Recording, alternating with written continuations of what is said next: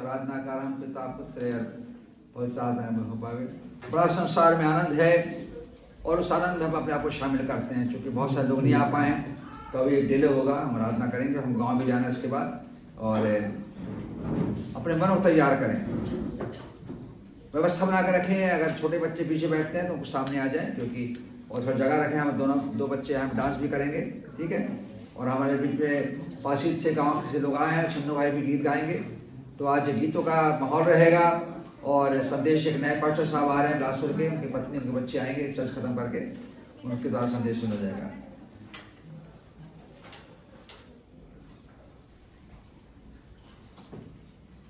वचन कहता है, आज से 2429 साल पहले भविष्यवाणी की गई वचन में बिलाम के द्वारा, मैं उसको देखूंगा तो सही परंतु अभी नहीं, मैं उसको निहारूंगा तो सही परंतु समीप होकर नहीं। याकूब में से एक तारा उदय होगा और इस्राएल में से एक राजन उठेगा, जो मोआब के लंगों को सीमाओं को चूर करेगा और सब दंगा करने वालों को गिरा देगा।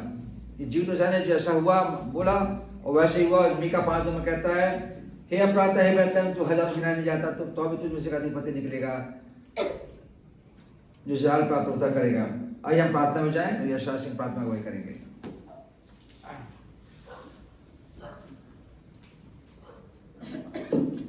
आइए प्रार्थना में जाएंगे। धन्यवाद प्रभु जी, आज इस सुंदर दिन के लिए, सुंदर समय के लिए आपको बहुत धन्यवाद देते हैं पिता। प्रार्थना करते हैं प्रभु यीशु मसीह आपके नाम से प्रभु जी, आज दिन को प्रभु हम धन्यवाद देते हैं प्रभु जी कि आज से जो 2024 साल पहले प्रभु जी हमारे लिए प्रभु जी एक उद्धारकर्ता जन्मा है प्रभु जी, और उसका नाम है प्रभु यीशु मसीह प्रभु जी, जो आज प्रभु जी हर एक देश में प्रभु जी, हर एक विदेशों में प्रभु जी ये आनंद को प्रभु मनाया जाता है प्रभु जी। और हम चाहते हैं प्रभु जी कि हम आपके वचन का प्रभु जी सुसमाचार प्रचार प्रभु हर एक घर में लेके जाए प्रभु जी, और बताएं प्रभु, संदेश दे प्रभु जी कि जिस प्रकार से गरीब ने प्रभु जी उस संदेश को सुना प्रभु जी, और प्रभु आपको देखने के लिए गए प्रभु जी, आपको प्रभु जी धन्यवाद देने के लिए गए प्रभु जी। हम चाहते हैं प्रभु जी कि वही संदेश प्रभु आज हम भी लेके जाने वाले बने प्रभु जी, और चाहते हैं प्रभु यीशु मसीह आपके नाम से आज जहाँ जहाँ प्रभु जी आज आराधना हो रही है प्रभु जी, हम यीशु मसीह के नाम से दुआ मांगते हैं, हर एक को आशीषित करिए प्रभु जी, हर एक पर आपका अनुग्रह आशीष बनाए रखिए प्रभु जी। और हम चाहते हैं प्रभु जी कि हम सिर्फ प्रभु जी सिर्फ नामधारी मसीहा बने प्रभु तू, हम चाहते हैं प्रभु जी कि एक ईमानदार और विश्वासी मसीह बनने पाए प्रभु जी। हम चाहते हैं प्रभु यीशु मसीह आपके नाम से प्रभु जी आपका आशीष प्रभु जी इस कलीसिया पर बहुत आयत से बना रहे प्रभु जी। जितने जहाँ पर उपस्थित है प्रभु जी, आपके बेटे बेटी छोटे बच्चे प्रभु जी, हर एक को आशीष करिए प्रभु जी, हर एक पर आपका अनुग्रह बनाए रखिए प्रभु जी। जितने जो और आ रहे हैं प्रभु जी उन पर भी प्रभु जी आपका आशीष बना रहे प्रभु जी। सब बातों को प्रभु जी आपके हाथों में सौंपते हैं प्रभु जी, आने वाले हर एक कार्य को प्रभु हम आपके हाथों में सौंपते हैं, हर एक पर आपका आशीष बना रहे। इस प्रार्थना को प्रभु यीशु मसीह के नाम से मांगते सुने ग्रहण कीजिए, आमीन।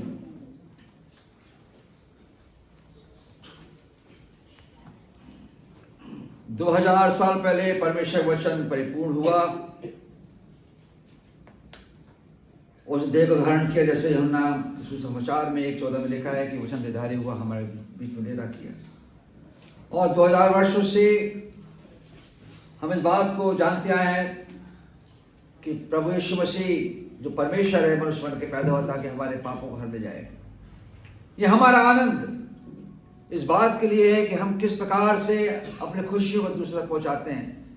बहुत सारे लोगों को नहीं मालूम है कि यीशु कौन है, बहुत सारे लोगों को मालूम है, और जिनको मालूम है वो बताते नहीं है अन्य जातियों को कि यीशु कौन है। वो जानते हैं कि उनका एक त्योहार आता है, क्रिसमस डे आता है, उसमें खाते पीते नाचते गाते हैं और बस खत्म। परंतु प्रभु कहता है जाओ सारी जाति के लोगों को सुसमाचार प्रचार करो, और जो विश्वास करे उसे पिता पुत्र और पवित्र आत्मा के नाम में दो।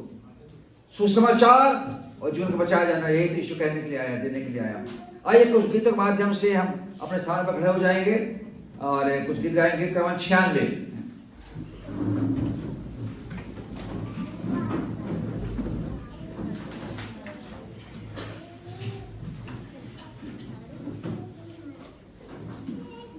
96 नंबर। अब और विश्वासियों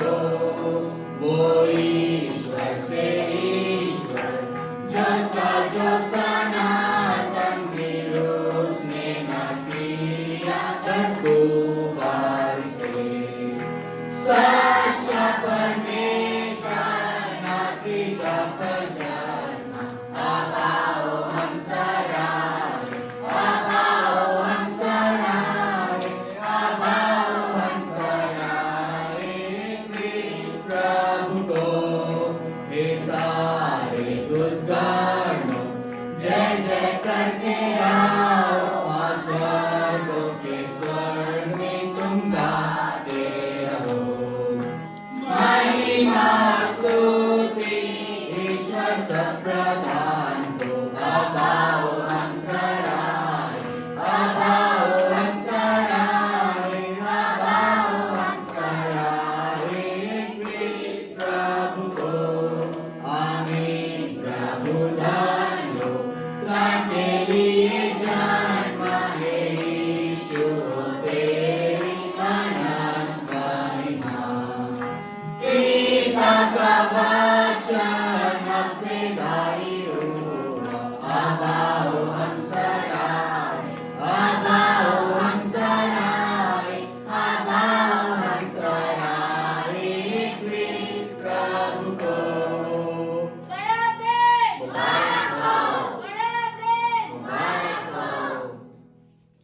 सुनो दूधन गाते हैं हमारा राजा कृष्ण जय। 99।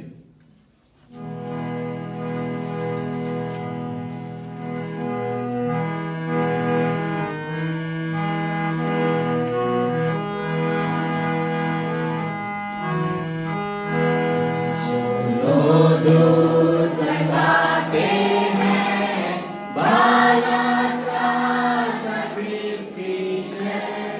जग में कुशल और लीला ईश्वर क्षमा करता था। हे सब लोगों खुशी से गाओ सारे दूतों के। बैतलहम में अब सही उत्पन्न हुआ है मसीह। सुनो दूधन गाते हैं बालक राजा कृष्ण की जय। दूतों से जो पूजित है कृष्ण सनातन प्रभु है। वो जो अद्भुत रीति से जन्मा है तुम्हारी से। ईश्वर देधारी है, करो सब मसीह की जय। मनुष्यों से करके मेल यीशु है इम्मानुएल। सुनो दूधन गाते हैं बालक राजा कृष्ण की जय। जय जय कुशलाधीराज, जय जय धर्म के सूर्य आज। लाता है वो सबके पास जीवन ज्योत और सुख की आस। सबका करता हुआ दिन हम ना रहे दिन। मनुष्य उठाने को, नया जन्म देने को। सुनो दूधन गाते हैं बालक राजा कृष्ण की जय। बड़ा दिन, बड़ा दिन। ऐसा बैठ जाए क्योंकि लोग आते जा रहे हैं और हमारा आत्मा में है, बातें ना करें।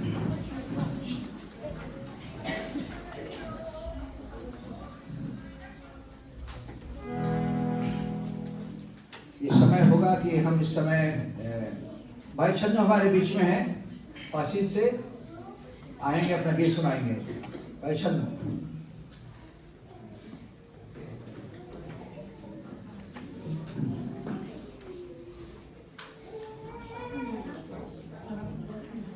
बातें नहीं, बातें नहीं। हम सब शांत रहेंगे।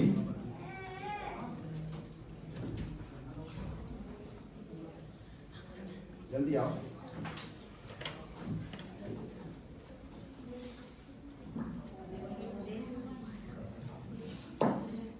सबको जय मसीह।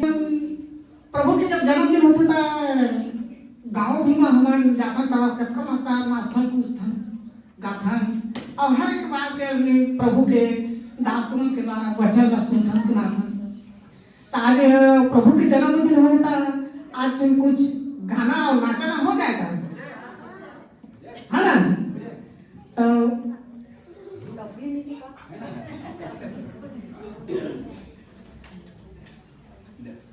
माइक पकड़ लो कोई।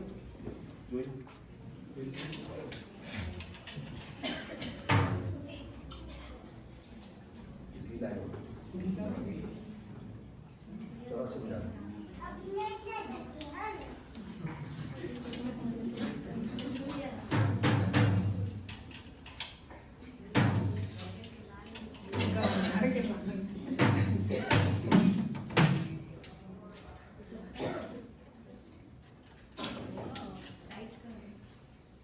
बातें ना करें।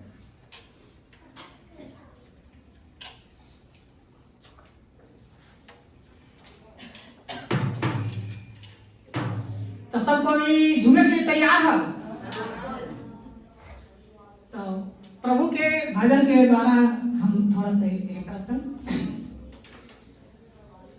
झूमो नाचो खुशी से आज पैदा हुआ, झूमो नाचो खुशी से आज यीशु पैदा हुआ, यीशु पैदा हुआ, यीशु पैदा हुआ, यीशु पैदा हुआ। झूमो नाचो खुशी से आज यीशु पैदा हुआ, झूमो नाचो खुशी से आज यीशु पैदा हुआ। बड़े दलेहन की छोटी नगरिया चमका सितारा रे, चमका सितारा रे। धरती में आया यीशु मसीहा, दूतों ने गाया रे, दूतों ने गाया रे। प्रभु सबका आया हो, प्रभु सबका आया हो, प्रभु सबका आया। झूमो नाचो खुशी से आज यीशु पैदा हुआ, झूमो नाचो खुशी से आज यीशु पैदा हुआ। राजा सब घबराई गए यीशु के आने से, यीशु के आने से। द्वारे द्वारे बुलवाया यीशु को, पाया बताना रे, पाया बताना रे। यीशु राजा हुआ हो, यीशु राजा हुआ हो, यीशु राजा हुआ। झूमो नाचो खुशी से आज यीशु पैदा हुआ, झूमो नाचो खुशी से आज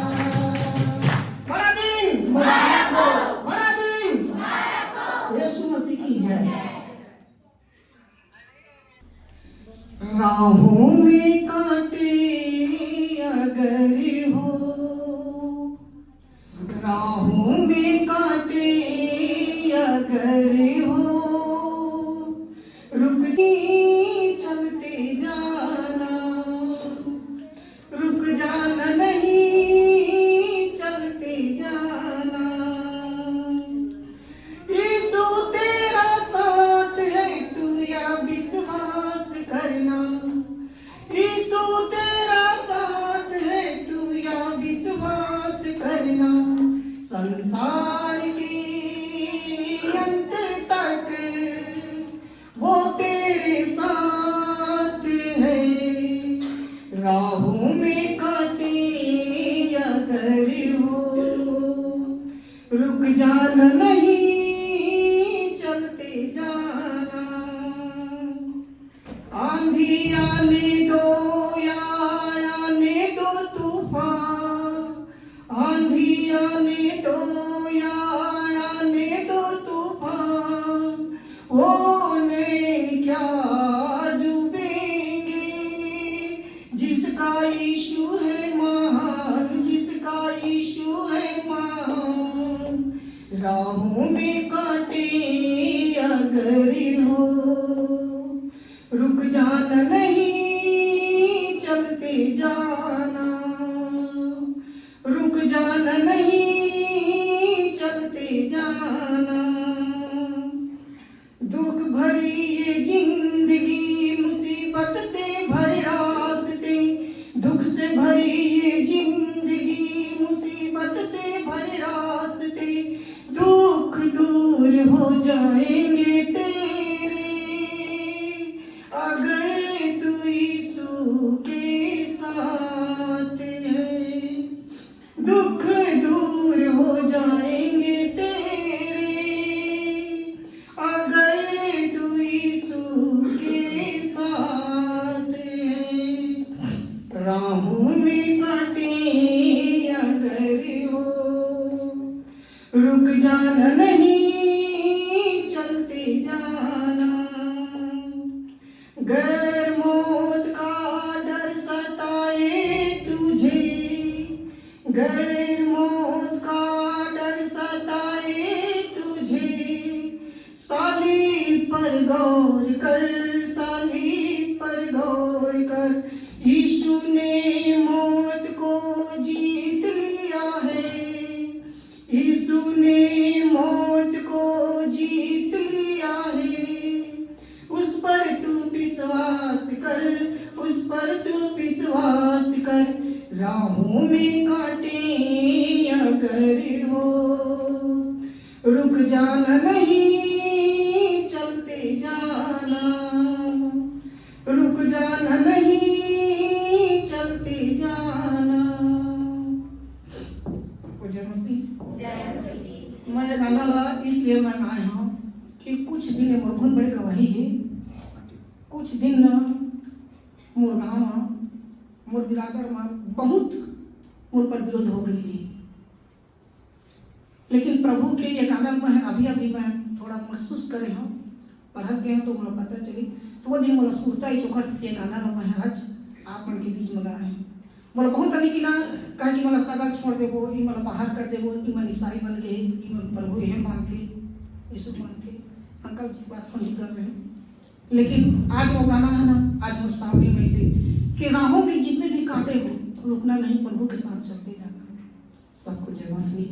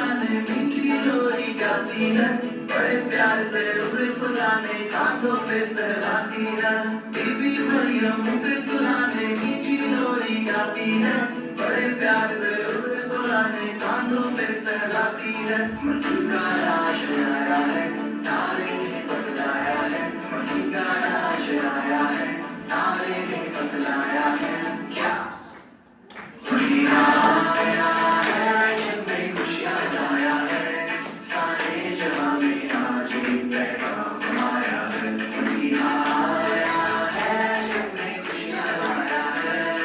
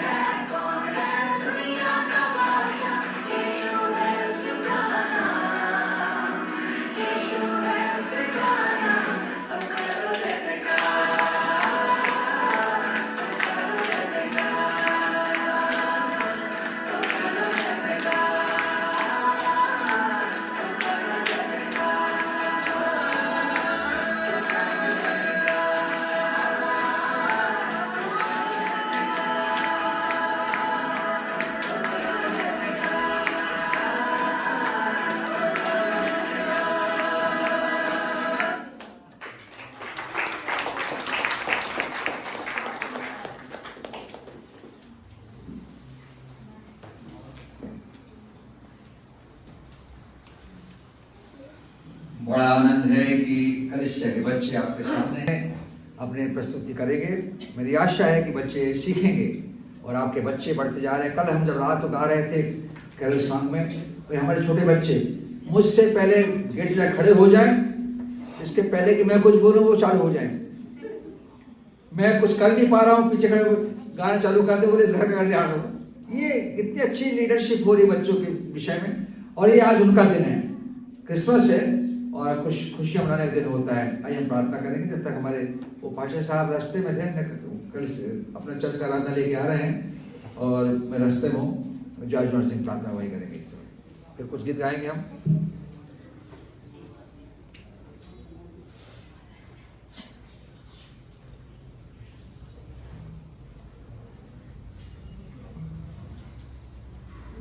आप सभी को जय मसीह की। प्रार्थना में जाएंगे। धन्यवाद धन्यवाद परमेश्वर पिता, धन्यवाद देते हैं आज के दिन के लिए प्रभु जी, जो आपने हम विश्वास के लिए ठहराया। सारा संसार इस खुशी में शामिल है प्रभु जी। जो इस खुशी की जन्म उत्सव को प्रभु जी पासवान के द्वारा जो संदेश दिया जाएगा, जो हमारे बीच में आने वाले हैं प्रभु जी, हम उनको इस पुलपिट को सौंपते हैं। धन्यवाद देते हैं कलीसिया के एक एक लोग के लिए प्रभु जी इस खुशी में शामिल हुआ है। सारा संसार प्रभु जी इस खुशी को मना रहा है। जहाँ जहाँ प्रभु जी खुशियाँ मनाई जा रही है, वहाँ कोई भी ऐसी विघटनकारी शक्तियाँ प्रभु जी ना प्रभु हो दे सके। प्रभु जी सारा संसार इस खुशी में शामिल है, चाहे वो छोटा हो चाहे बड़ा हो। प्रभु जी आपको धन्यवाद देते हैं, आपने हमें अभी तक संभाल के रखा है। पिछला वर्ष प्रभु जी ना जाने कितने लोग गुजर गए हमारे बीच से प्रभु जी, फिर भी उन परिवार को आपके हाथों में सौंपते हैं। उनके चेहरों में हम खुशियां देखना चाहते हैं। जो हुआ प्रभु जी एक दिन सभी को जाना है, लेकिन प्रभु जी उस परिवार के कुछ लोग हमारे बीच में हैं जो अपनों को खोए हैं, लेकिन प्रभु जी हम आपस में एक हैं। धन्यवाद देते हैं कलीसिया के एक एक लोगों के लिए प्रभु जी, जो अपने आप के यहाँ लाए, छोटे बच्चों से लेके बड़ों तक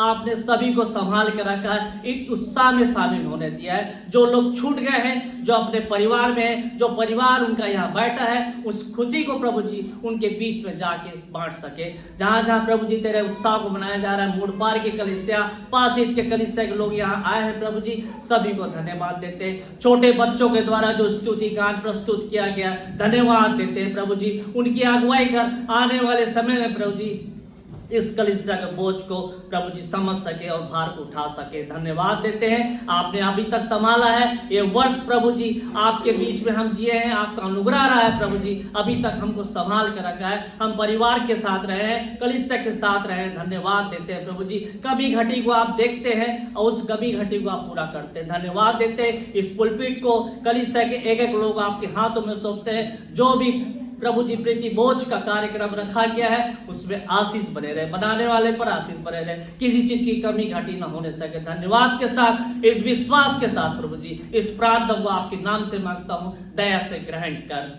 आमीन।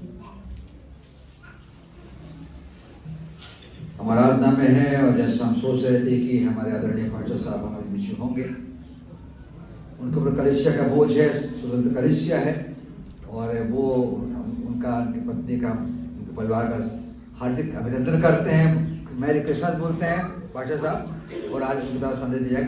कुछ गीत हमको गाने हैं। मैं चाहता हूँ हमारे भाई लोग बाहर जाके थोड़ी व्यवस्था को देखने, ऊपर जाके कि कुछ कमी तो नहीं हो रही है। थोड़ा हम गीत गाएंगे, बच्चे वो जंगल की वादी में, ठीक। आ जाओ तुम लोग सामने, तुम्हारे बच्चे आ जाओ सामने, गाने वाले।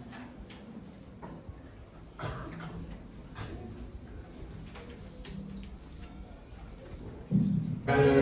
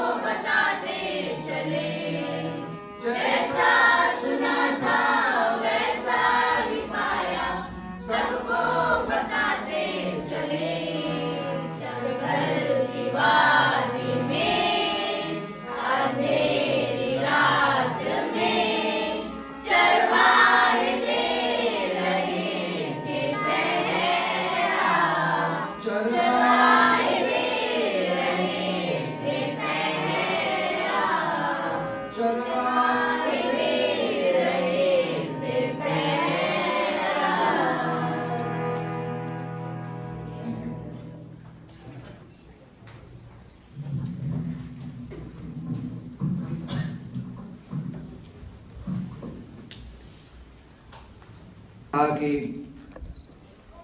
पास्टर जी इस साल का संदेश आप दीजिए। हालांकि अभी व्यस्त होंगे अपनी कलीसिया में, और परंतु समय निकाल के आप आइए। उन्होंने कहा बिल्कुल आऊंगा मैं, और हमारे बीच में है पास्टर कृष्ण। हम चाहते हैं कि हम तालियों के साथ उनका स्वागत करें। मैं चाहता हूँ उनकी प्रिय पत्नी धर्मपत्नी खड़ी हो जाए अपने स्थान पे।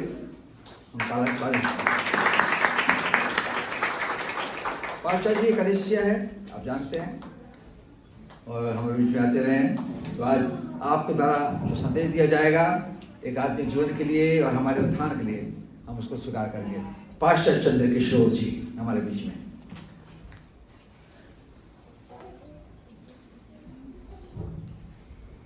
Hallelujah, hallelujah. आज आप सब खुश हैं? बहुत खुश हैं? जोर से बोलिए। जी हाँ बोलिए। बहुत खुश हैं। लेकिन मेरा थोड़ा सा धड़कन तेज है। इसलिए धड़कन तेज है क्योंकि हम अपने अनुभवी प्रिय परमेश्वर के दास के द्वारा हम सुनते आए हैं और हम उनके बच्चे हैं। क्योंकि बहुत सारे अनुभव उनके द्वारा जो है हम सीखते आए हैं। क्योंकि परमेश्वर का वचन जो है, जैसा परमेश्वर अपने दासों को अभिषेक के साथ खड़ा किया है, वैसे वो हमें सिखाते अगुवाई करते हैं। और आज ऐसा समय हुआ है कि उनके सामने खड़े होने का मौका मिल रहा है, तो इसलिए थोड़ा सा धड़कन जो है थोड़ा सा तेज है। परमेश्वर अनुग्रह करें कि आज हम परमेश्वर के वचन में से हम सीखें। तो ये जो समय है, अभी आप सब जानते हैं कि ये क्रिसमस का दिन है आज, और लोग बड़े आनंद के साथ, उत्साह के साथ इस क्रिसमस में शामिल हुए हैं।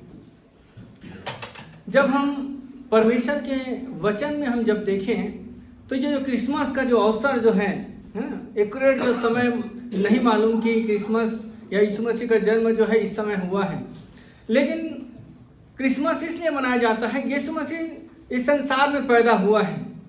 कोई ना कोई समय यीशु मसीह संसार में पैदा हुआ, यीशु मसीह आया है इस संसार में।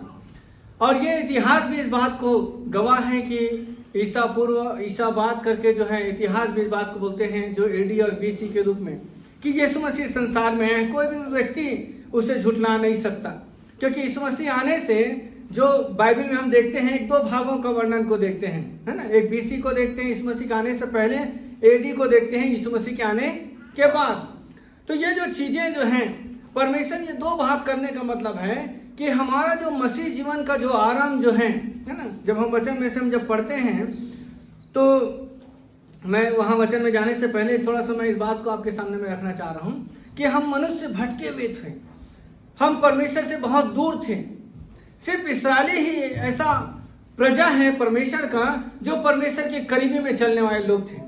लेकिन हम जितने लोग हैं, ये सब जो अन्य जातियों में से आए हैं, हम परमेश्वर से दूर थे, भटके हुए थे। हमने अपना अपना रास्ता, अपना अपना मार्ग हमने चुन लिया था। हमारा जो जीवन जो है वह विनाश की ओर चला जा रहा था। हम जिस मार्ग को समझते थे कि ये जो है ये मंजिल तक पहुंचाएगा, लेकिन ये जो हमें जो रास्ता जिसमें हम चल रहे थे वो विनाश की ओर लेकर जा रहा था। हम ऐसी जिंदगी में जी रहे थे, हम जिस सच्चाई को हम धारण करके चल रहे थे, हम सोचते थे ये जो सच्चाई जो है, ये सच्चाई जो है यही सही है। लेकिन जब हम बाइबल में आते हैं, वचन में आते हैं, तो ये जो सच्चाई बाइबल के अंदर है, वो हमारी जो सच्चाई जो हमारी विचारधारा में चल रही थी, वो सच्चाई गलत थी। हम गलत विचारधारा में चल रहे थे, और जिन ईश्वरों के पीछे हम चल रहे थे, जिसको सच्चा मान रहे थे, वो ईश्वर नहीं थे जिसने हमें बनाया है, जो हमारा बनाने वाला सृष्टिकर्ता परमेश्वर है।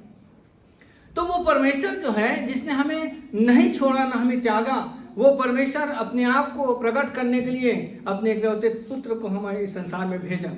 तो आज हम उसी इकलौते पुत्र यीशु के विषय में जो है हम इस जगह पर एकत्रित हुए हैं कि हम उसके विषय में कुछ बातों को सीखें। तो आइए इस समय हम लूका रचित सुसमाचार उसका 1 अध्याय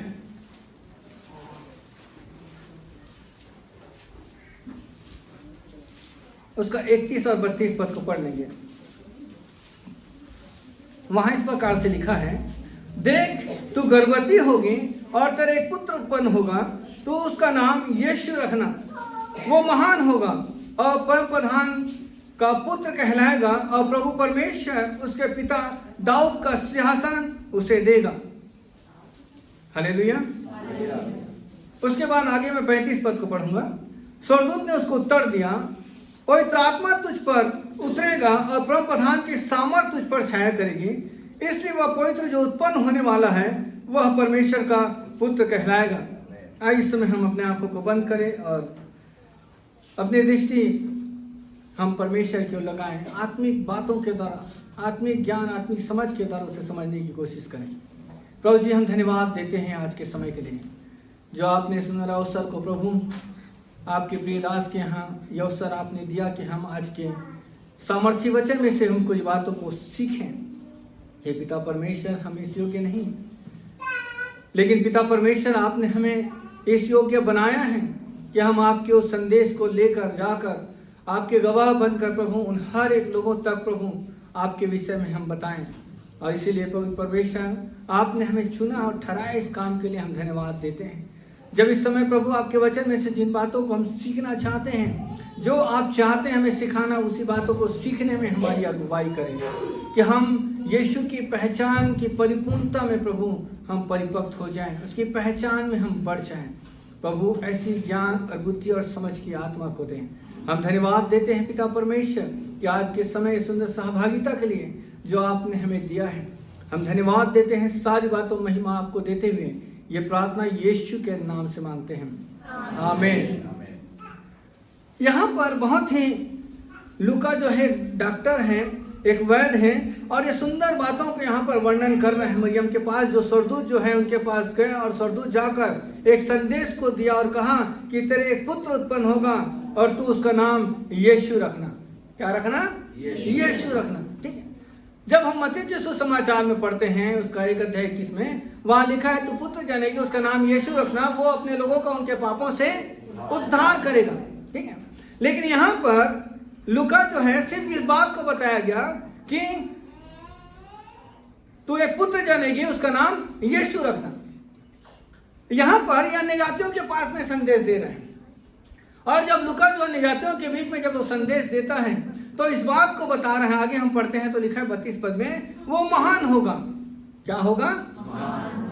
जब मत्ती यहूदियों को शिक्षा दे रहे हैं यीशु मसीह के विषय में, तो वो इस बात को बता रहे हैं कि वो अपने लोगों को उनके पापों से उद्धार करेगा। लेकिन जब लूका इस बात को लिखता है तो वो बताता है कि वो महान होगा और परम प्रधान का पुत्र कहलाएगा। प्रभु परमेश्वर उसके पिता का दाऊद का सिंहासन उसको क्या करेगा?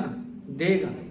जो पुत्र जो उत्पन्न होने वाला है वो साधारण नहीं है ना, वो परमेश्वर का पुत्र होगा। क्या होगा? परमेश्वर का पुत्र होगा।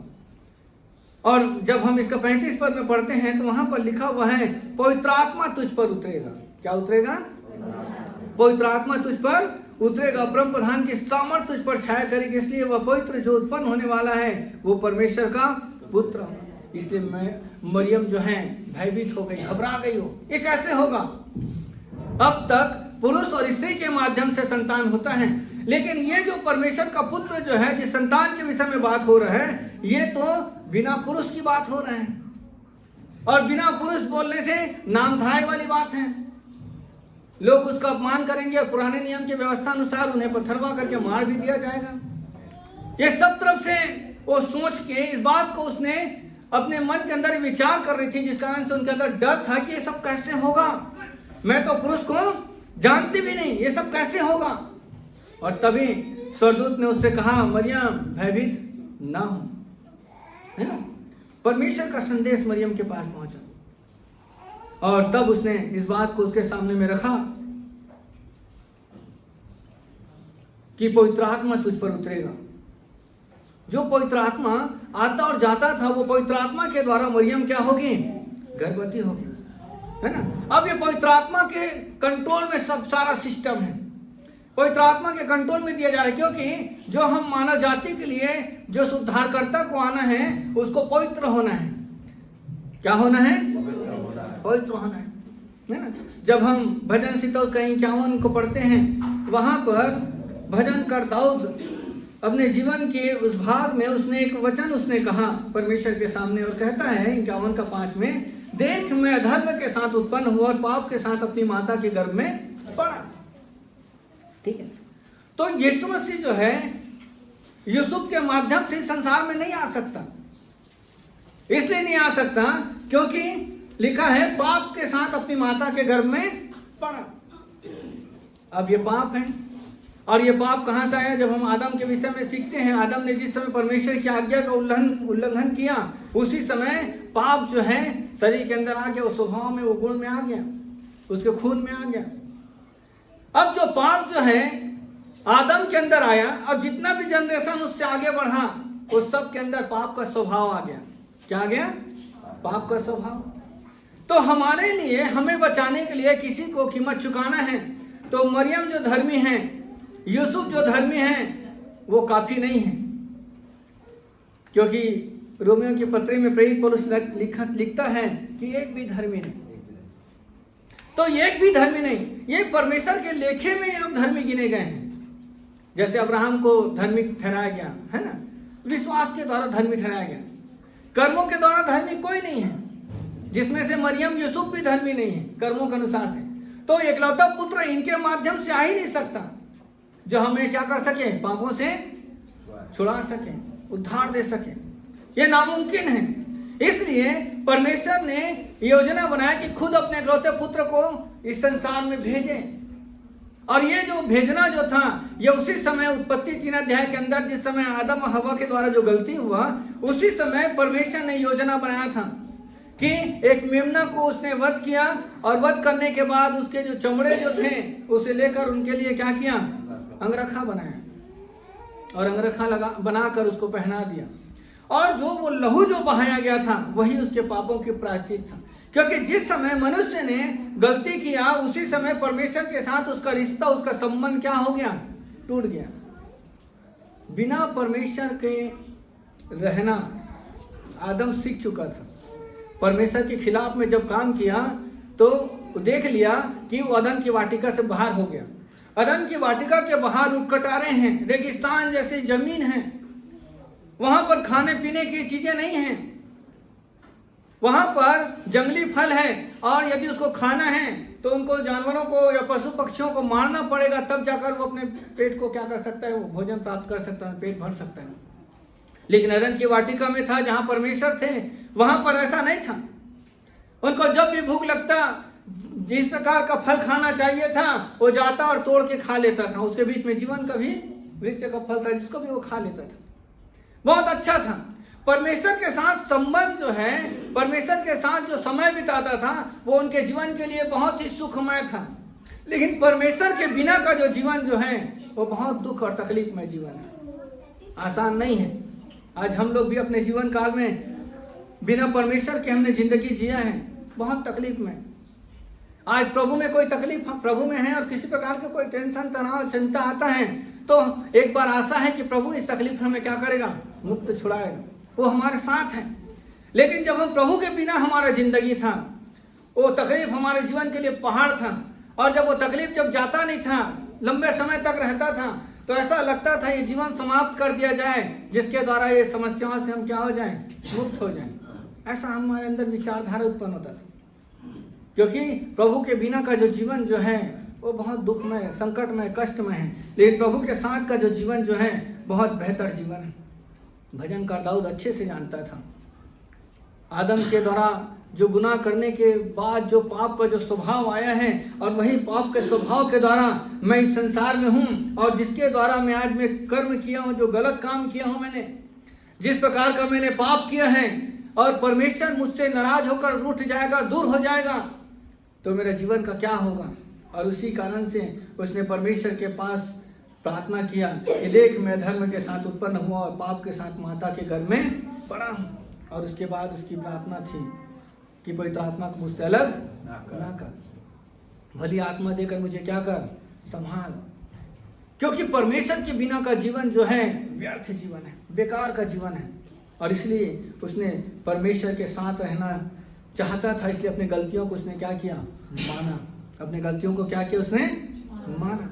आज प्रियो, आज जिन बातों को आपके सामने मैं बताना चाह रहा हूँ, वचन जो है उसका मुख्य मकसद है, परमेश्वर अपने साथ हमें एक घनिष्ठ संबंध देना चाहता है। परमेश्वर के साथ हमारा घनिष्ठ संबंध होना चाहिए, एक मजबूत संबंध होना चाहिए। परमेश्वर ने जब आदम को उसने बनाया था तो वो यही चाहता था कि आदम परमेश्वर के साथ उसका घनिष्ठ संबंध हो। इसलिए परमेश्वर दिन के ठंडे समय आदम से क्या किया करता था, मिलने के लिए आया करता था, उससे मिलता था। वो आदम का चेहरे में से जो मुस्कुराहट, जो खुशी देखकर परमेश्वर भी खुश हो जाता था कि जिस मनुष्य को मैंने बनाया है, और ये मनुष्य को बनाकर परमेश्वर जो है कहता है बहुत ही अच्छा है। सारी सृष्टि को बनाने के बाद परमेश्वर ने कहा बहुत अच्छा, लेकिन जब आदम को बनाया तो बहुत ही अच्छा है, क्योंकि परमेश्वर ने एक बेहतर सुंदर सृष्टि जो कंप्लीट हो गया। जब मनुष्य को बनाने के बाद परमेश्वर बहुत ही खुश हुआ। और यही मनुष्य जब परमेश्वर के खिलाफ में काम किया, और देखिए जब हम परमेश्वर के साथ रहते हैं परमेश्वर साथ होता है, लेकिन एक दुष्ट है जो परमेश्वर से अलग करने की कोशिश करता है, परमेश्वर से एक दूरी पर बनाने की कोशिश करता है ना। वो ताक में रहता है कि कब अवसर मिले और इस व्यक्ति को परमेश्वर से मैं क्या कर दूं, अलग कर दूं, दूर कर दूं। और वही आदम के खुशहाल में जीवन, परमेश्वर के साथ एक अच्छा संगति का जीवन को देख नहीं सका, और नहीं देखने के कारण वो आया, और आने के बाद हवा के कमजोरियों के द्वारा उसने क्या किया, उसका फायदा उठाया, और हवा से फिर आदम का और परमेश्वर के साथ उनका संबंध को उसने क्या कर दिया, अलग कर दिया, तोड़ दिया। और यही संबंध जब टूटा तो हम आगे पढ़ते हैं कि जब आदम से जो पहला बेटा हुआ जिसका नाम है कैन, है ना, जब कैन हुआ तो कैन के बारे में लिखा है पहला यूहन्ना की पत्री में, उसमें लिखा है कि कैन उस दुष्ट से था। किसके विषय में लिखा है, कैन के बारे में, वो उस दुष्ट से था। क्यों दुष्ट से था, क्योंकि इनके स्वभाव में बदलाव आ गया। क्या आ गया, बदलाव आ गया। जो परमेश्वर के साथ रहने वाला, परमेश्वर अपने स्वभाव, अपने है ना स्वरूप, अपनी समानता देने वाला परमेश्वर जिस मनुष्य को, उसके अंदर एक बदलाव आ गया। क्या कारण से, एक छोटा सा काम है, आज्ञा का उसने क्या कर दिया, उल्लंघन कर दिया। एक छोटा सा काम ने आदम के और हवा के जीवन में बदलाव को ले आया, और वही बदलाव परमेश्वर से उनका रिश्ता को क्या कर दिया, तोड़ दिया। क्या कर दिया, उससे परमेश्वर के रिश्ते से अलग हो गया। आज परमेश्वर ने हमारे जीवन के लिए इस सुंदर समय को दिया है प्रियो, हमारा जो संबंध परमेश्वर के साथ फिर से ठीक हो जाए। भजन संहिता उसका 58 का 58 का 3 पद को पढ़ें, जिनको मिल जाता है तो आज पढ़ेंगे। दुष्ट लोग जन्मते ही पराये हो जाते हैं, वे पेट से निकलते ही झूठ बोलते हुए भटक जाते हैं। उनमें सर्प सा विष है, वे उस नाग के समान है जो सुनना नहीं चाहता, और सपेरा कितना भी निपुणता से क्यों ना मंत्र पढ़े तो भी उसकी नहीं सुनता। हे परमेश्वर, उनके मुख में से दांतों को तोड़ दे। हे यहोवा, उन जवान सिंहों की डांडों को उखाड़ डाल, वे घुलकर बहते हुए पानी के समान हो जाएं। जब वे अपने तीर चढ़ाएं तब तीरों मानो 2 टुकड़े हो जाएं। वे घोंगे के समान हो जाए जो घुलकर नष्ट हो जाता है, और स्त्री के गिरे हुए गर्भ के समान हो जिसे वे सूरज को देखा ही नहीं। ठीक है, धन्यवाद। यहाँ पर जिस रीति से जो शुरुआत के जो पद में जो बताया गया है, दुष्ट लोग जन्मते ही क्या हो जाते हैं, पराये हो जाते हैं। क्यों, जब आदम का जो पहला बेटा जो कैन हुआ, वो जन्मते ही क्या हो गया, वो पराया हो गया, उसके स्वभाव में बदलाव आया। ठीक है, आदम ने गलती किया, लेकिन कैन के अंदर का जो जब स्वभाव आया तो आदम से कहीं ज्यादा बढ़कर हो गया, है ना। वो पाप ने अपना सीमा क्या कर दिया, अपना दायरा क्या कर दिया, बढ़ा दिया उसने। जब एक व्यक्ति एक गलती करता है तो बाद में जो है उसके लिए एक रास्ता खुल जाता है और बड़ा गलती करने के लिए। इस रीति से जैसे ही कैन ने गलती किया, है ना, उसने बहुत बड़ा गलती नहीं किया आज के हिसाब से देखा जाए तो। जब उसने भेंट लाया तो सच्चे मन से परमेश्वर के सामने भेंट नहीं दिया, है ना। आज बहुत से आज इंसान हैं, परमेश्वर के सामने जब देने के पारी आता है तो वो कैसे देते हैं? हर्ष से देते हैं कि कुड़कुड़ा के देते हैं? कैसे देते हैं, है ना। ये सब कैन के समान है, हर्ष से नहीं देते, कुड़कुड़ा के देते हैं, है ना। बीच में मैं ऐसी बातचीत कर रहा था, आज प्रभु में जो हम देते हैं, ये प्रभु में जो दिया गया एक एक भेंट, दान, दशवांश, किसी न किसी भले कामों में क्या होता है, वो खर्च होता है।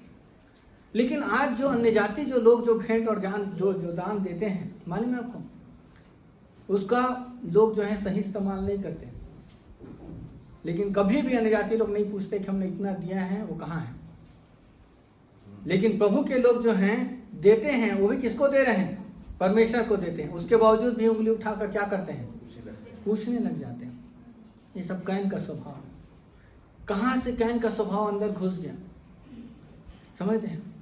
जब हम देते हैं, भले ठीक है, चर्च में यदि सही रीति से कोई अगुआ इस्तेमाल नहीं करते, प्रार्थना कीजिए उसके लिए, परमेश्वर के पास उपाय है ना। कई जगहों में ऐसा होता है, प्रभु के लोग जो हैं सही काम में कई लोग नहीं लगाते, इतना पैसा होने से, है ना। इसमें बहुत सारी गड़बड़ियां चर्च में फिर हो जाती है। प्रार्थना करें, वहां पर उत्तर है प्रार्थना का। लेकिन लगभग चर्च के अंदर में जो पैसा परमेश्वर के लिए जो दिया जाता है, वो किसी न किसी भले काम के लिए वो लगता है, जरूरतमंद व्यक्तियों के लिए उसको क्या किया जाता है, यूज किया जाता है, व्यर्थ नहीं जाता। दूसरा स्वभाव जो था वो हाबिल का स्वभाव था। हाबिल का जो स्वभाव था बहुत ही अच्छा स्वभाव था, उसने भी भेंट लेकर आया। और उसने, है ना, कैन जो है वो किसान था, इसलिए अपने फसल का पहला उठा फल लाया। और हाबिल जो है वो भेड़ बकरियों का चरवाहा था, इसलिए उसने भी पहला फल लेकर आया अपने भेड़ में से। उसने भी बलि चढ़ाया, लेकिन उसकी भेंट ग्रहण कर दी गई क्योंकि उसने सही मन से दिया। और जैसे उसने सही मन से दिया, उसकी भेंट ग्रहण हुई। कैन उसके मन के अंदर अपने भाई के प्रति नफरत आ गई। क्यों? क्योंकि जब हम सही नहीं होते हैं, हमारे मन के अंदर में जो है जलसी, नफरत, कड़वाहट, ये सब क्या होता है, जन्म लेता है। और वैसे ही कैन के अंदर हुआ। परमेश्वर ने उनको पहले से इतला किया कि देख, पाप द्वार पर छिपा हुआ है और उसकी प्रभुता तुझ पर होगी, लेकिन उसने नहीं माना। जब हमारे जीवन में जब दो प्रकार का जब स्वभाव आता है, जिसको प्रभु प्रेरित पौलुस बार बार कहता है, दो चित्ते ना हो। क्या ना हो? दो चित्ते ना हो। ठीक है, तुम्हारी बात हाँ कि हाँ या फिर ना कि ना हो। तो यहां पर जैसे ही हाबिल के भेंट परमेश्वर ने ग्रहण की, तो कैन को सोचना चाहिए, चल इस समय परमेश्वर भेंट ग्रहण नहीं किया, तो आने वाले समय में भेंट परमेश्वर ग्रहण करेगा, मैं ऐसी बेहतर चीज परमेश्वर को क्या करूं, दूं। अपने भाई से नफरत करने की जरूरत नहीं था, लेकिन उसने नफरत किया। और नफरत करके लिखा वहां पर अपने भाई पर चढ़कर उसको घात कर दिया। जैसे ही घात किया, जब परमेश्वर ने उसको पूछा, हाबिल कैन तेरे भाई कहाँ हैं, तो उसने कहा, क्या मैं अपने भाई का, देखो उनके स्वभाव का देखो बदलाव, तुरंत बदलाव बदलते जा रहे हैं। क्यों? क्योंकि एक व्यक्ति एक गलती करता है बार बार, इसलिए बोलते हैं ना, कोई व्यक्ति एक झूठ बोलता है तो झूठ को छुपाने के लिए कई झूठ बोलना पड़ता है। इसलिए परमेश्वर जो है वो हमें इस बात को सिखाना चाहता है कि हमारे जीवन की गलतियां ही हैं, पाप ही हैं, अधर्म ही हैं, जो हमें परमेश्वर से क्या कर देता है, हमें दूर कर देता है। जैसे हम यही बात को बताए, तुम्हारे धर्म के कामों ने मुझे तुझसे क्या कर दिया है, दूर कर दिया है ना। इसलिए वो फिर भी बुलाता है, एक अध्याय 18 पद में ऐसे में कहता, आओ हम आपस में क्या करें, वाद करें, है ना। आज भी परमेश्वर अपने लोगों को बुलाता है, लेकिन मनुष्य जो गलती करने के बाद इतना उनका मन कठोर हो जाता है कि वो परमेश्वर के पास आना नहीं चाहते, पश्चाताप करना नहीं चाहते। बार बार कहता है कि परमेश्वर की आत्मा जो है बार बार लोगों को इत्तला कराता है, जानकारी देता है, लेकिन मनुष्य जो है सुनते हुए भी जो है भेड़ के समान हो गए हैं, सुनना नहीं चाहते, मन को कठोर कर दिए। लेकिन परमेश्वर का धन्यवाद हो प्रियो कि परमेश्वर जो है अपने लोगों को कभी न छोड़ता और न कभी त्यागता है, वो नहीं छोड़ता। मनुष्य के स्वभाव बदलते गए। परमेश्वर ने एक व्यवस्था बना दिया कि जब भी तुम मेरे पास आओ, तुम बिना लहू के साथ ना आना, है ना। परमेश्वर ने बलिदान दिया, कहा कि बलि चढ़ाना। क्यों बलि चढ़ाना? क्योंकि जब भी तुम आओ तो इस बात को समझो कि परमेश्वर के पास आना है तो जो तुमने कर्म किया है उस कर्म के लिए कीमत चुकाना है, और वो लहू है। बिना लहू बहाए पापों की क्षमा नहीं है। इसलिए लोग जो हैं परमेश्वर के सामने जाते थे, बलिदान लेकर आते थे कि परमेश्वर के साथ उनका संबंध रहे, परमेश्वर के साथ उनका संबंध बना रहे, परमेश्वर का हाथ उनके लोगों के ऊपर में बना रहे। और इसलिए उसने बलिदान की व्यवस्था। लेकिन मनुष्य जो है उस बलिदान को भी भूल गया। उनके लिए एक रीति रिवाज बन गया बलिदान। गलती करने से वो पीछे नहीं हटे, गलती करने से परमेश्वर के सामने क्षमा याचना की प्रार्थना नहीं की, लेकिन वो देखते थे हम गलती किए हैं, उसका कीमत बलिदान है, चढ़ाओ। और निर्दोष जानवरों को वो लोग क्या करते थे, अपने पापों के प्रायश्चित के लिए निर्दोष जानवर का बलि चढ़ाते थे, लेकिन कोई भी पछतावा मन के अंदर में नहीं थी। परमेश्वर का वचन कहता है जो अपनी गलतियों को मानकर छोड़ देता है उस पर क्या की जाएगी। नीति वचन का लेखक कहता है अपनी गलतियों को मानकर छोड़ देते हैं उस पर दया की जाएगी। और इसी कारण मनुष्य अपनी गलतियों को न मानने के कारण से वो लिखा है दुष्ट लोग जन्मते ही पराये हो जाते हैं, वो दूर हो गए परमेश्वर की योजनाओं से, है ना। परमेश्वर के उस उद्धार की योजना से, परमेश्वर के उस प्रेम से, उसकी भलाई से मनुष्य पाप के द्वारा अपने आप को क्या कर दिए, दूर कर दिया। लिखा है वे पेट से निकलते ही झूठ बोलते हुए भटक जाते हैं। क्या हो जाते हैं, भटक जाते हैं, है ना, झूठ। इस मसीह ने यही बात को समझाया लोगों को, है ना, कि तुम झूठे हो और तुम्हारा पिता जो है वो झूठों का पिता है, जो आराम से झूठ बोलते आता है। क्योंकि हवा के सामने भी वो झूठ के साथ आया था कि इस फल को खाओगे तो तुम निश्चय ही नहीं मरोगे, और उस फल को उसने खिलाया, क्योंकि झूठ के तो सहारा लेता है और वही झूठ के सहारा लेकर यहाँ पर वो काम करता है। इसलिए प्रियो, परमेश्वर चाहता है कि जो परमेश्वर ने जो हमें, है ना, गर्भ में आने का मौका दिया कि हम इस संसार में आए, क्योंकि लिखा है कि, है ना, गर्भ का फल परमेश्वर की ओर से प्रतिफल होता है। लड़के यहोवा का दिया हुआ भाग है। जो परमेश्वर की ओर से जो बच्चा जो है वो परमेश्वर का दिया हुआ अंश है, भाग है, हिस्सा है। लेकिन मनुष्य जैसे ही गर्भ से बाहर आ रहा है वो पराया बन जा रहा है। क्यों? क्योंकि उसके अंदर कौन सा स्वभाव आ गया, पाप का स्वभाव। और वो पाप का स्वभाव उन्हें दुष्ट बना दे रहा है और दुष्टता बनकर वो परमेश्वर से अलग हो जा रहा है। इसलिए परमेश्वर दुष्टता का स्वभाव को दूर करने के द्वारा, जिस स्वभाव में आदम हवा को परमेश्वर ने बनाया, तो वही स्वभाव वापस लाने के लिए यीशु मसीह को स्वर्ग को छोड़कर इस पृथ्वी पर आना पड़ा। क्या करना पड़ा उसको? इस पृथ्वी पर आना पड़ा। और जब वो आने पर था, इसलिए स्वर्गदूत के द्वारा एक संदेश आया, और वो संदेश इसी बात को यहाँ पर लिखा है 35 पद में, कि स्वर्गदूत ने उत्तर दिया कि पवित्र आत्मा की सामर्थ तुझ पर, है ना, उतरेगा और परम प्रधान की सामर्थ तुझ पर छाया करेगी। इसलिए पवित्र जो उत्पन्न होने वाला है वो परमेश्वर का पुत्र है। वो मनुष्य के द्वारा नहीं आ सकता, क्योंकि मनुष्य के अंदर में पाप का स्वभाव है, उसके खून के अंदर पाप का स्वभाव आ गया है, इसलिए वो नहीं आ सकता। इसलिए परमेश्वर के द्वारा उनको आना पड़ा।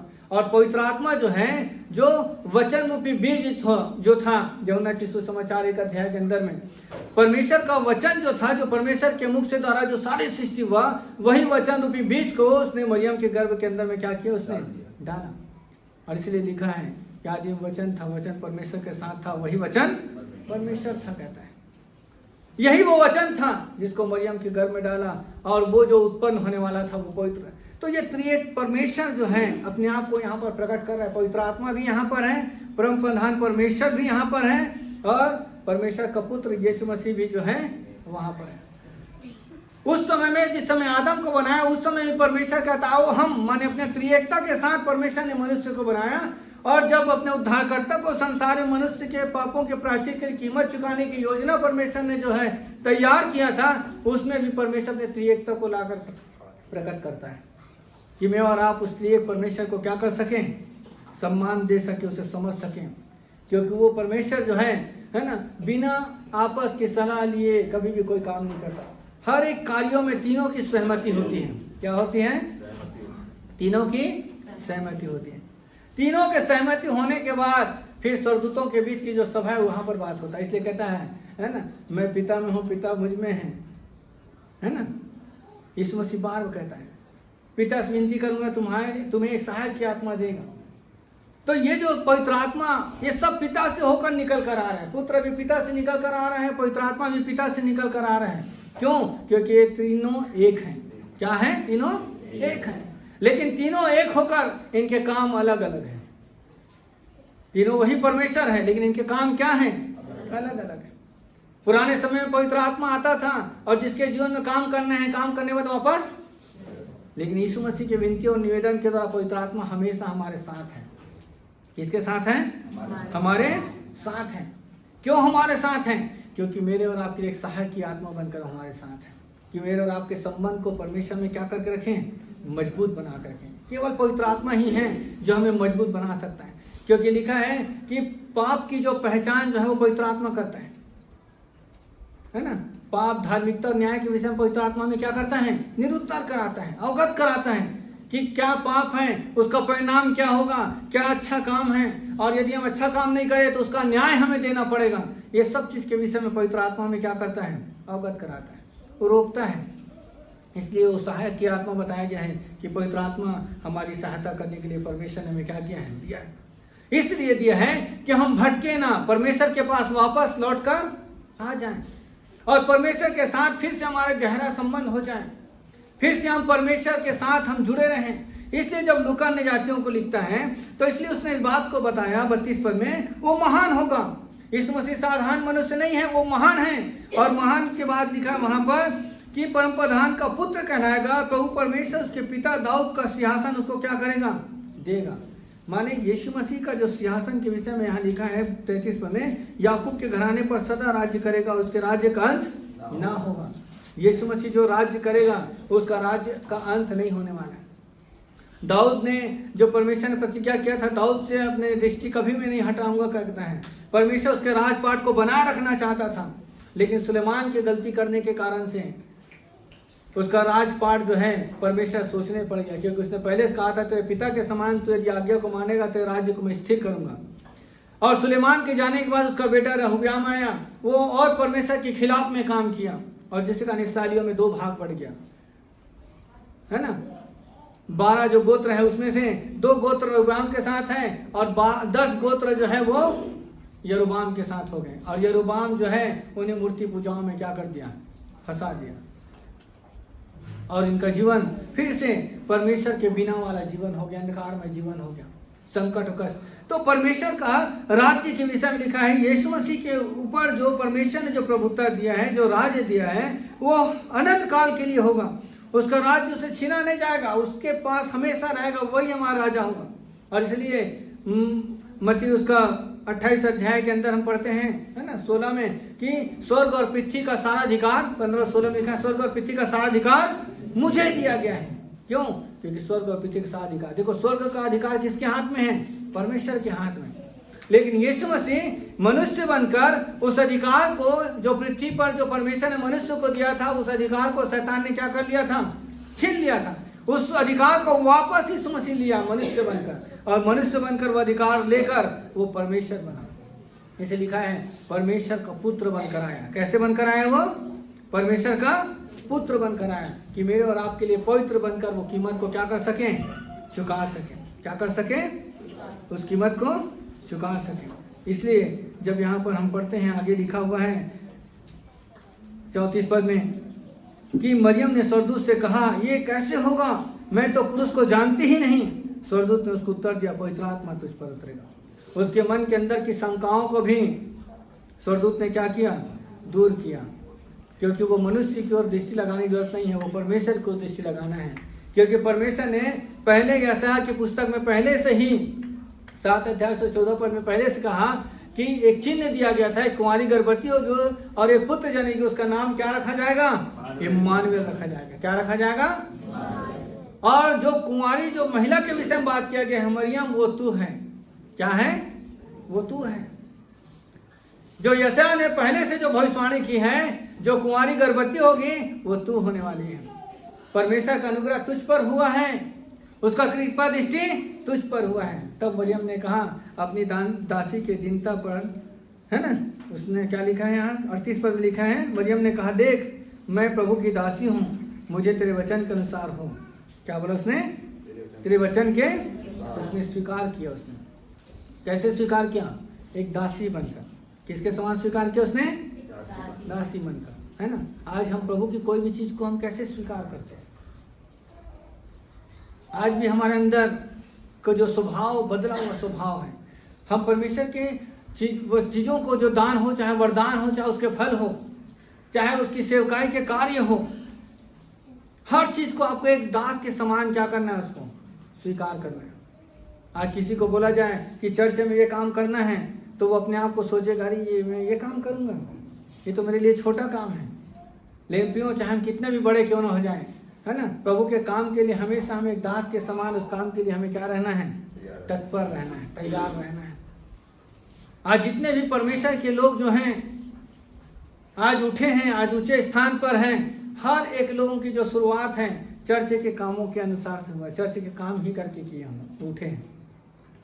किसी के जीवन में भी परमेश्वर ने अपने दान वरदान दिए हैं, वो परमेश्वर अपने वेदी की सेवा करने वाले लोगों के द्वारा ही परमेश्वर अपने दान वरदानों के कार्यों को उनके द्वारा आरंभ किया है।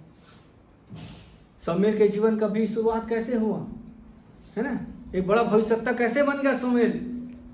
वो भी क्या करता था, एक दिया को जलाने के लिए, वेदी का, है ना, एक दिया को जलाता था, वेदी का दिया बुझने नहीं पाना है, उस दिया को जलाए रखने के लिए शमूएल जो है वो वेदी की सेवा के लिए उसके माता पिता ने छोटे अवस्था से उसको क्या कर दिया था, सौंप दिया था। जिस समय परमेश्वर इस्राएलियों से बातचीत करना बंद कर दिया था, उस समय परमेश्वर भविष्यवक्ता के रूप में शमूएल को खड़ा किया।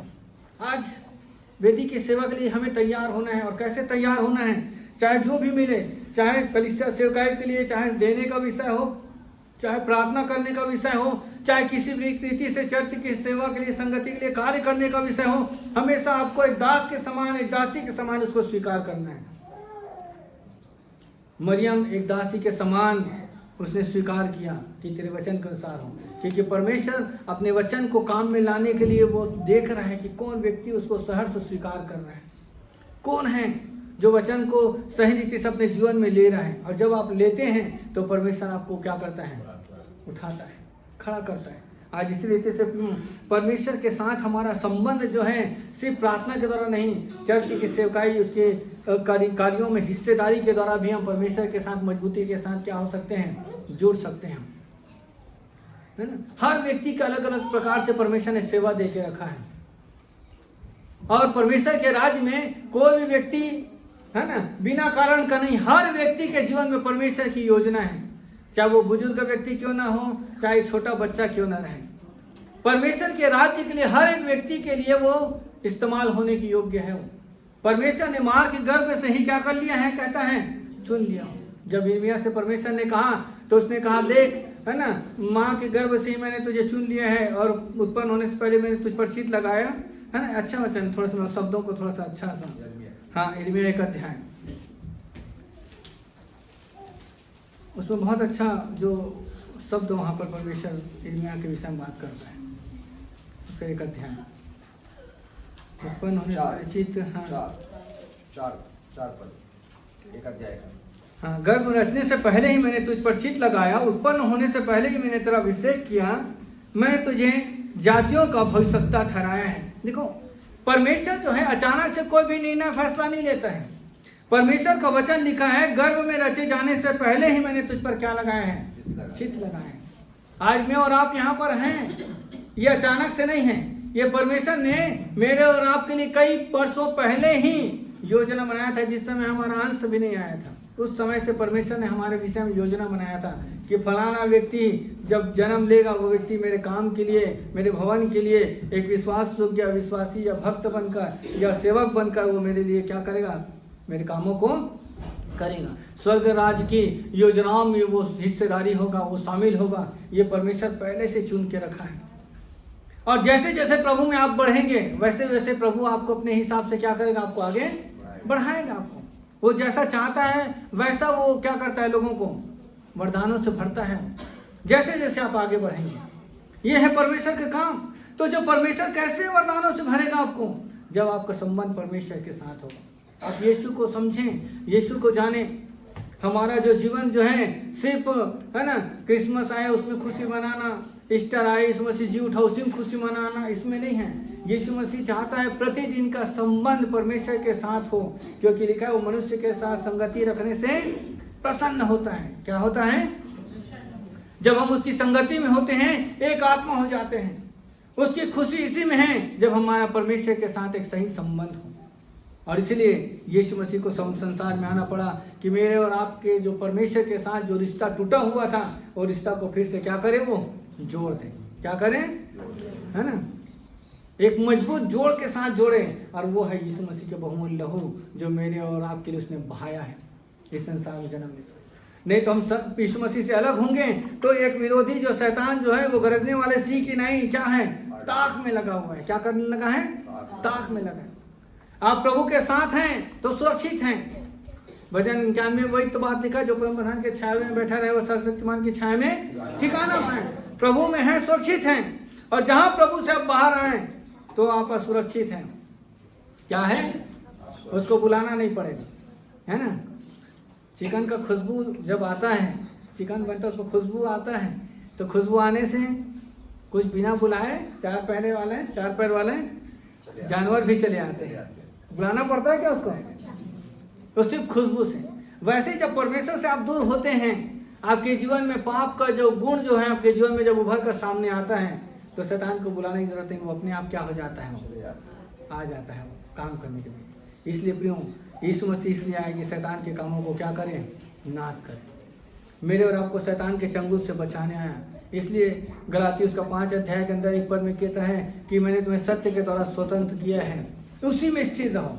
क्या रहो, जब हमें स्वतंत्र कर दिया है तो उसी में स्थिर रहना है, फिर से आसमान जुए में न जूतो। जब यीशु मसीह संसार में आकर मेरे और आपको स्वतंत्र कर दिया है, मैं और आप स्वतंत्र हो गए हैं, तो मैं और आप हमेशा स्वतंत्र होकर उसकी महिमा करें, उसकी आराधना करें, उसकी स्तुति करें। जितना ज्यादा समय हमें मिलता है प्रभु के साथ समय बिताएं। क्या करें, जितना ज्यादा हो सकता है समय, सिर्फ रविवार का नहीं लेकिन प्रतिदिन का संबंध हमें परमेश्वर के साथ बिताना है ना।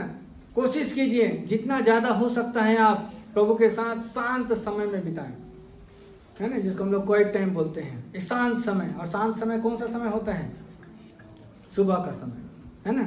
रात के हम थक के आते हैं तो रात को बैठते हैं ना तो शरीर जवाब देता है, जल्दी से प्रार्थना करके जल्दी से सो जाओ। लेकिन जब सुबह का समय हम उठते हैं तो शांत समय रहता है, उस समय दिमाग, शरीर का थकावट, सब चीज तंदुरुस्त रहता है, सब फिट रहता है, और जब उठते हैं प्रभु के साथ अच्छा संबंध बिता सकते हैं।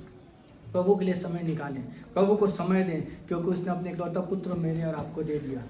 जब मेरे और आपको इकलौता पुत्र दिया तो क्या मैं और आप उसको समय नहीं दे सकते? वो भी समय देंगे, उसमें हमारा ही फायदा है, हमारा भी आत्मिक ही मजबूती होगा। हम आत्मिक रीति से प्रभु में आगे बढ़ेंगे और परमेश्वर हमारी हर एक जरूरतों को, आवश्यकताओं को मसीह यीशु में क्या करेगा, वो पूरा करेगा। Hallelujah, hallelujah. मैं जो बोला हूँ, बता रहा हूँ, उसको समझ में आया? यीशु मसीह का आना और यीशु मसीह का पवित्र होना हमारे जीवन को पवित्र बनाकर परमेश्वर के साथ एक गहरे संबंध को स्थापित करना है। इसलिए यीशु मसीह को पवित्र बनकर आना पड़ा कि मैं और आप पवित्र किए जाएं। आज मेरे और आपके अंदर यीशु मसीह का लहू है, मेरे और आपके अंदर यीशु मसीह का देह है, क्योंकि हम प्रभु भोज के द्वारा हम रोज उसमें क्या होते हैं, हर संडे हम उसमें सहभागी होते हैं। तो स्मरण रखते हैं कि मैं और आप कहते हैं कि प्रभु ये आपकी देह है और वो देह का अंग हूँ मैं। क्या हूँ मैं? आज हम प्रभु में, तो उसका पवित्रता हमारे अंदर है, उसका स्वभाव हमारे अंदर है, और प्रतिदिन पवित्र आत्मा हमें मसीह यीशु में अंश अंश करके बदलते हुए यीशु के स्वभाव, उसके स्वरूप, उसकी समानता में लेकर जाता है। अपने आप को तैयार करें, अपने आप को जांचे प्रियो कि यीशु मसीह जो पवित्र बनकर आया है और वो पवित्र परमेश्वर मेरे और आपको पवित्र बनाने आया कि पिता के साथ मेरे और आपका संबंध को मजबूत करें, और मैं और आप अपने आप के संबंध को मजबूत करें, क्योंकि दिन भयानक दिन आते हैं, परिस्थितियां दिन प्रतिदिन बदलते चले जा रहे हैं, दिन प्रतिदिन माहौल बदलते जा रहा है। अब के आने वाले समय में विश्वास करने वालों की जो है ना, विश्वास जो है वो करना मुश्किल हो जा रहा है। ऐसी मुश्किल घड़ी में मैं और आपको ये अवसर मिला है कि प्रभु मजबूती के साथ बने रहें, क्योंकि मैं और आप मजबूत रहेंगे, हमारे बच्चे भी प्रभु में क्या रहेंगे, मजबूत रहेंगे। आप चाहते आने वाला पीढ़ी मजबूती के साथ आगे बढ़े, तो उसके लिए अपने आप को मजबूत बनाना जरूरी है। आइए इस समय हम कुछ पल के लिए अपनी आंखों को बंद करके हम परमेश्वर पर अपनी दृष्टि लगाएं, और इस समय हम जांचें कि जब यीशु मसीह हमारे लिए संसार में आए हमारे संबंध को मजबूत करने के लिए, तो आज हम मजबूत हैं कि नहीं। यदि हम मजबूत नहीं हैं तो हमें मजबूत होना है, क्योंकि यीशु मसीह आज भी हमारे लिए परमेश्वर पिता के दाहिने जाकर विनती और प्रार्थना करता है। आज भी मेरे और आपके लिए वो परमेश्वर से प्रार्थना करता है। शैतान दोष लगाने वाला है, वो दोष लगाता है, लेकिन यीशु मसीह मेरे और आपके लिए आज भी प्रार्थना करता है। आज अपनी कमियों को, अपने गुनाहों को, अपनी गलतियों को उस प्रभु के सामने छोड़ दें और यीशु मसीह को अपने जीवन में अंगीकार करें। कहें कि यीशु मसीह मेरे साथ रहा, मेरे जीवन में आ, मेरे हर एक कामों में मेरी अगुवाई कर, मुझे सफल कर, मेरे कामों को आशीषित, मेरे जीवन को आशीषित कर। जब आप प्रार्थना करेंगे, प्रभु आपके जीवन में आकर काम करने के लिए वो तैयार है। वो कहता है, देख मैं द्वार पर खड़ा हुआ खटखटाता हूँ। वो हमसे दूर नहीं है, वो हमारे करीब है। वो हमारे जीवन के लिए वो अवसर दिया है कि मैं इस संसार में तुम्हारे लिए पवित्र बनकर आया हूँ। अपने जीवन में मुझे स्वीकार करो, ग्रहण करो और तुम्हारे अंदर का जो बदला हुआ स्वभाव है उसको दूर करो, क्योंकि पुराने स्वभाव को बदल कर मैं तुम्हें नया बनाने के लिए आया कि एक नई सृष्टि बन जाओ। आज मैं और आप मसीह यीशु में एक नई सृष्टि हैं। मैं और आप शरीर के कर्जदार नहीं, लेकिन हम आत्मा के द्वारा जीवन पाए लोग हैं। कि लिखा है, जो शरीर के अनुसार दिन काटोगे तो मरोगे, लेकिन आत्मा से देह की क्रियाओं को मारोगे तो तुम जीवन पाओगे। आज मैं और आप आत्मा के द्वारा जन्म लिए हुए हैं। हमें आत्मिक बातों में आगे बढ़ना है, हमें दुचित्ता नहीं रहना है। हमें अपने ध्यान प्रभु की ओर बढ़ाना है, प्रभु की ओर देखना है, प्रभु की संगति में, उसकी उपस्थिति में हमें बने रहना है कि हम परमेश्वर के कामों को हम देखें।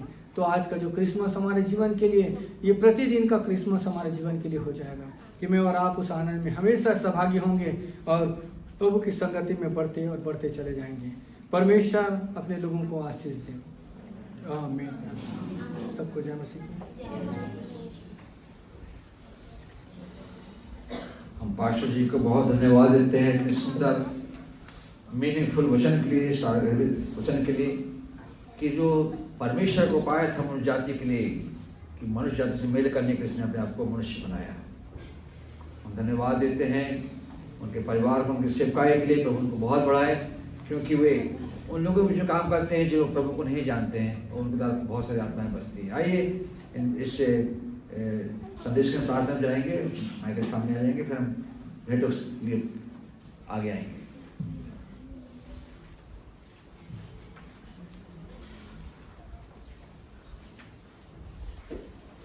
आइए अपना सब झुकाएं। प्रभु जी धन्यवाद देते हैं आज के दिन के लिए, जो प्रभु जी आपकी खुशी में पूरी संसार प्रभु जी शामिल हुआ। प्रभु जी कि हम सब प्रभु जी जो संदेश दिया गया प्रभु जी उसके अनुसार हम चलने वाले बने। प्रभु जी दास ने जो सुंदर संदेश दिए प्रभु जी उनको आशीषित और प्रभु जी ज्ञान बुद्धि में आशीष और बढ़ाया। प्रभु जी जहाँ जहाँ प्रभु जी सेवकाई करते प्रभु जी उनके आपके वचन के द्वारा प्रभु जी वो वचन प्रभु जी अन्य जातियों के बीच में फैले, कि लोग अपने सृजनहार को याद करें प्रभु जी, कि उसके द्वारा प्रभु जी जिन्होंने प्रभु जी आपको छोड़ के अलग हो गए प्रभु जी, वे भी वापस आए प्रभु जी कलीसिया के लोगों के लिए। और जहाँ संसार है प्रभु जी आज खुशी मानी जा रही प्रभु जी, आपकी आदर योग और प्रभु जी आपकी महिमा देने वाले बने प्रभु जी। खाने पीने से नहीं परंतु उस प्रेम को बांटे जो प्रेम बांटने प्रभु जी आप मनुष्य का रूप लेकर प्रभु जी पैदा होकर प्रभु जी आज के दिन हम प्रभु जी आपके शामिल हो गए हैं प्रभु जी। धन्यवाद प्रार्थना सुनने के लिए प्रभु यीशु मसीह के नाम से मांगते हैं, आमीन। अपने भेंटों को, धन्यवाद की भेंटों को प्रभु आशीष कराएंगे और दोस्त लोग सामने आ जाएं और छोटे बच्चे जो आते लाइन से आए भेंट डालने के लाइन से आए। गीत क्रमांक 30 धन तेरा पिता, गीत क्रमांक 30 धन तेरा पिता।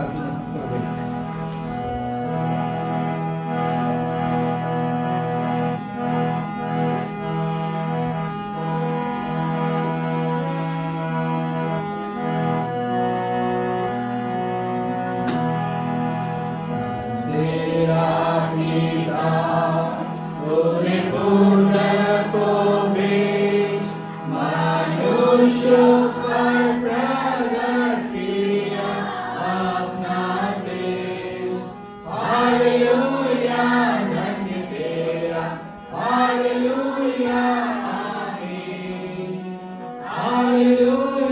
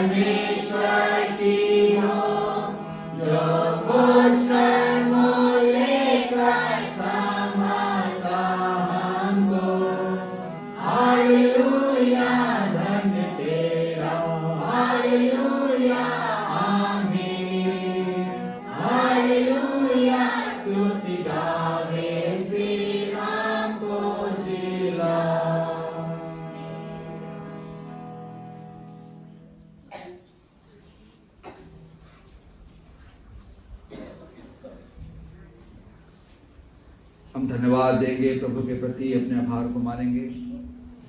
सुंदर समय के लिए, भेंटों के लिए, धन्यवादी हृदय के लिए, छोटे बच्चों के लिए और सुंदर संदेश के लिए आंखें बंद करें। धन्यवाद प्रभु जी, सारे उत्तम आशीष को देने वाले और हमारे उद्धारकर्ता प्रभु यीशु ख्रीस्त के पिता परमेश्वर, इन दिनों की खुशियों के लिए और आज के दिन के लिए प्रभु जी कि आपने आशीष का वारिस्थान बनाया है, आपने सुंदर संदेश से हमें तृप्त किया है और आपके वचन के अनुसार हमने अपने कमाई के अंश को प्रभु जी आपके सामने लेकर आए हैं। इसे ग्रहण करें कि भले कामों में आपके राज के कार्य के लिए खर्च हो सके। धन्यवाद आज की उपस्थिति के लिए, धन्यवाद आज के गीतों के लिए, धन्यवाद छोटे बच्चों की प्रस्तुति के लिए और प्रभु जी सारे सेवकों के लिए, सारी महिलाओं के लिए, कलीसिया के घर प्रत्येक सदस्य के लिए धन्यवाद देते प्रभु जी कि आपने आशीष दी है, उसको हम अपने जीवन बना के रखें। गाँव कलीसियाओं के लिए जहाँ आराधना हो रही है प्रभु जी, इसके बाद में गाँव भी जाना है, सहायता करना के बाद हम जाकर संदेश दे सकें। कल भी, परसों भी, नरसों भी प्रभु जी, रोज के जीवन में हम आपके साथ बढ़ते हैं, हमारी सहायता करना प्रभु जी। आपके दादा से जो हमारे बीच में है, जो कलीसिया को छोड़कर आए, उनकी प्रार्थना करते उनके सेवक बनाना प्रभु जी, उनकी सहायता करना यीशु के नाम से आमीन।